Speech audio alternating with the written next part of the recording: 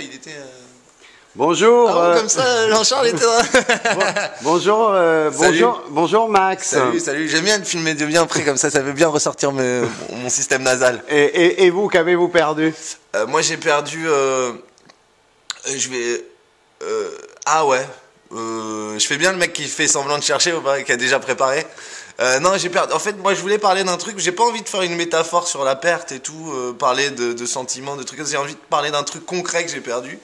C'est quand j'étais petit, quand j'avais 15 ans en fait, ma mère elle faisait du doublage, tu sais, elle traduisait les, je sais pas si tu vois les films cinéma, elle écrivait les doublages pour voilà, vous avez compris. Et moi j'étais chargé, en fait il y avait qu'une bobine de ce film qui était un film de Ken Loach, qui s'appelait Beautiful Things et qui était genre un film qui avait gagné plein de prix, qui était vraiment un beau film et elle m'avait dit va chercher la bobine du film et ramène-la moi. Seulement moi j'avais 15 ans, j'étais con, j'étais un peu voilà, à côté de mes pieds et à côté de pas mal de choses, un petit peu enivré. Et voilà, donc j'avais ramené, je devais lui ramener la bobine du film et j'avais attaché mon scooter, je faisais vraiment très attention à mon scooter, pourtant c'était un scooter pourri mais pour moi c'était ça qui avait de la valeur.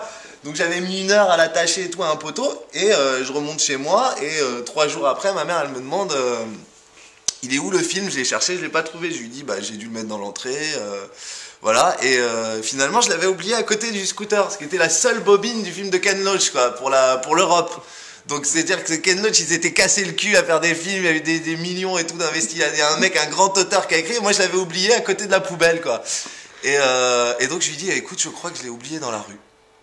Voilà. Et en fait, quelques jours, donc c'était quand même, voilà, je pense que le producteur du film l'avait insulté, elle risquait de plus jamais travailler dans ce métier et tout ça.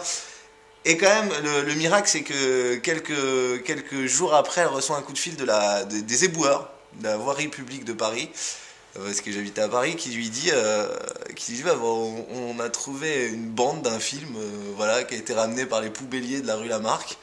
Est-ce que c'est voilà, et le film s'appelait Beautiful Things et il était donc chez les poubelliers de Paris. Et finalement, on l'a retrouvé. Voilà, c'est une jolie histoire. Très joli. Merci Max. Voilà. Bon. Ça n'a aucun intérêt, mais c'était juste voilà, pour montrer à quel point j'étais bête quand j'étais jeune. Et je suis resté.